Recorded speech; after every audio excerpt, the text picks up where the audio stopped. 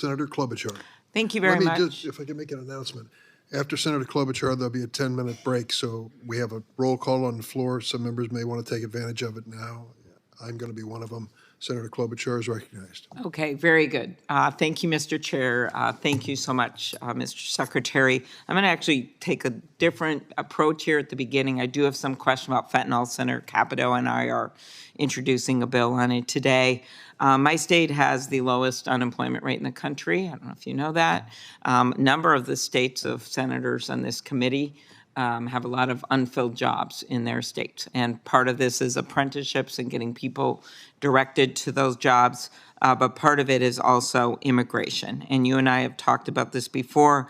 I first of all want to thank you for the work that's been done on the commerce side on the longest border in the world with Canada. That would be my state. And the work that we have 5,500-mile border in the U.S. With Canada.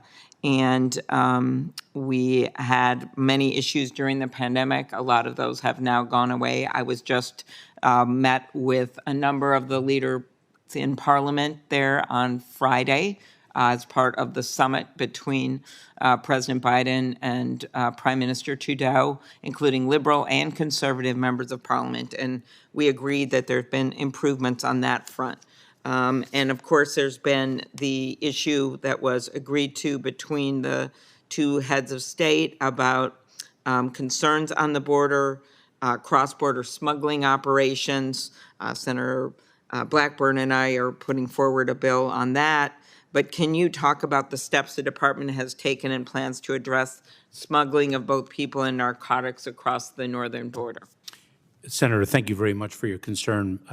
I know you're very well aware of the announcement that we made late last week with respect to the Safe Third Country Agreement with Canada to ensure that we're fortifying the land, the borderland in between the ports of entry. We were very proud to move that regulation through with extraordinary speed. We are focused intensely on all our borders, not just the southern border, but our maritime borders and our northern border as well.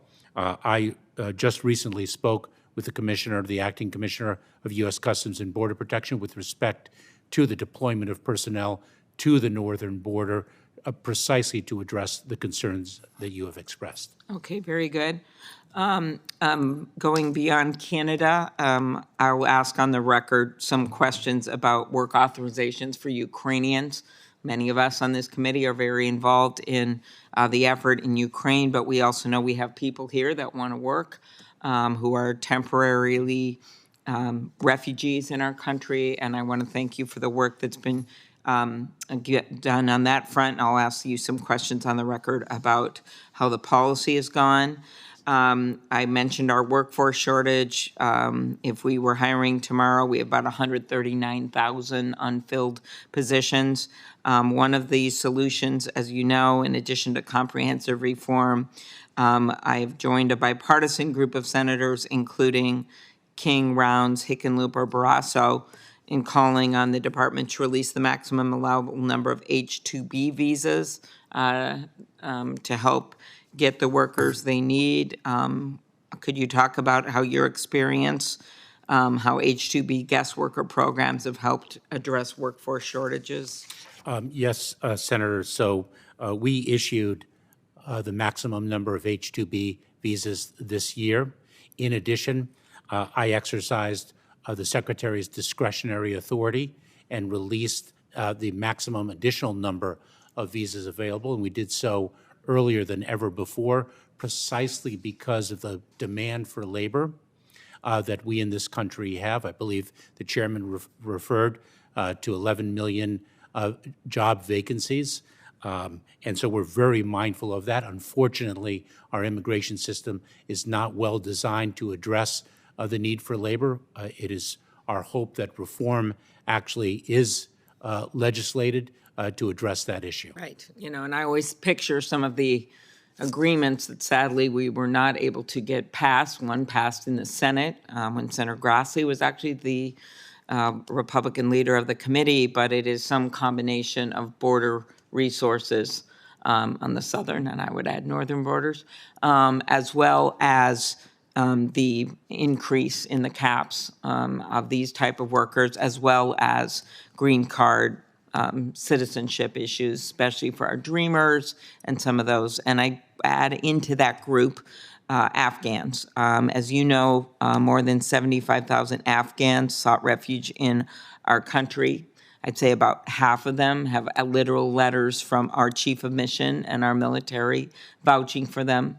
They stood by our soldiers, our military, VFW, American Legion, all believe we cannot leave these people in limbo, and many of our Republican colleagues that are supportive of our efforts focus on the fact that we can do more vetting this way. These are people who are in our country.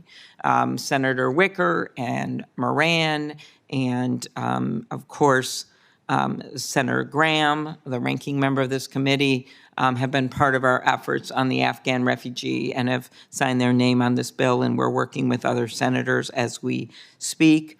And our bipartisan legislation that I know you're aware of requires applicants to go through vetting that is just as rigorous as the vetting they would have gone through if they came as refugees. A standard that 8 former Republican administration national security officials called the gold standard of vetting. And so we have worked with your department and DOD on this. How would the vetting provisions included in the Afghan Adjustment Act help to ensure that Afghan evacuees are fully and rigorously vetted? Senator, we're very appreciative of that act, and we do hope it is promulgated. In Operation Allies Welcome, our effort to bring Afghan nationals who stood by us in combat safely to the United States, we undertook a rigorous screening and vetting protocol. And we did that before they arrived to the fullest extent possible. This act really institutionalizes that process and also provides stability for those Afghan nationals who are here in the United States and provides them with a critical path forward. Okay. Very good. I'm going to end here with a series of questions on fentanyl. I know you've been asked this by my colleagues, but I want to look at solutions. We've lost, like everyone else here, many people in our states to this scourge. Senator Portman and I passed the STOP Act to require that international mail include advanced electronic data that CBP can use to stop fentanyl, and at least use that, because as you know, there's issues with the actual mail. Could you talk about what difference that has made? I'm going to just combine these questions so you can. Secondly, in 2021, there were more than 100,000 drug overdoses in the U.S., and Senator Capito and I have urged the department to prioritize investigations into fentanyl trafficking on the dark web, which is another part of the problem. It's the mail, it's the dark web, and then also this week I introduced a bill with Senator Scott to allow military veterans to be trained as investigators through the DHS Heroes Corps program to conduct investigations into fentanyl trafficking online, another piece of the cyber part of this. Could you talk about the cyber piece of this as well as the mail piece of it? Because I know you've gotten at other issues with our colleagues. Senator, your questions go to the significance of the challenge that we face, because it is not just through the land ports of entry.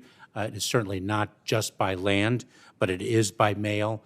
The dark web, the internet pose marketplace challenges for the illegal trafficking of these incredibly dangerous fatal narcotics. The STOP Act is a critical tool to allow us to pre-screen, to be aware of any anomalies, information that will assist us in the interdiction of contraband coming in through our mail system. It's been of tremendous utility to U.S. Customs and Border Protection. With respect to fentanyl trafficking, the dark web is a marketplace not only for fentanyl, but for other heinous crimes. We're seeing such an increase, for example, in online child sexual exploitation. Here again, our incredible special agents of Homeland Security investigations, along with our special agents of the United States Secret Service, are doing extraordinary work in an all-of-administration effort.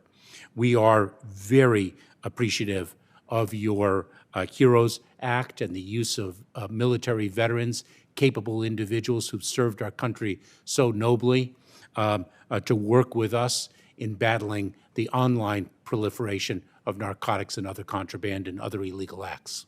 All right, very good. Well, thank you for your service, and you'll happy to hear my next question. Would you like to be part of our 10-minute recess that the committee will now take? I think I will be. Okay,